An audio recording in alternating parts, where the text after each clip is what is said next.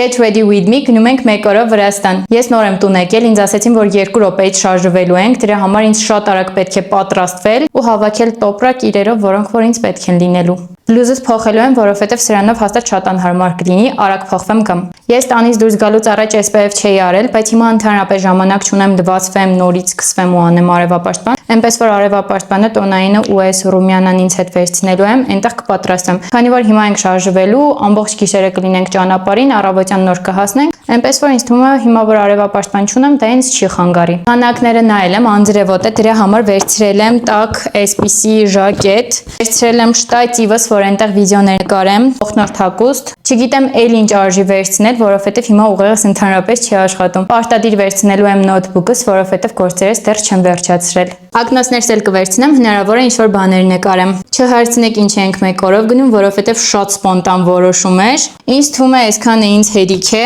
Ես գնացի, դուք էլ բաժանորդագրվեք, որ չկորցնեք։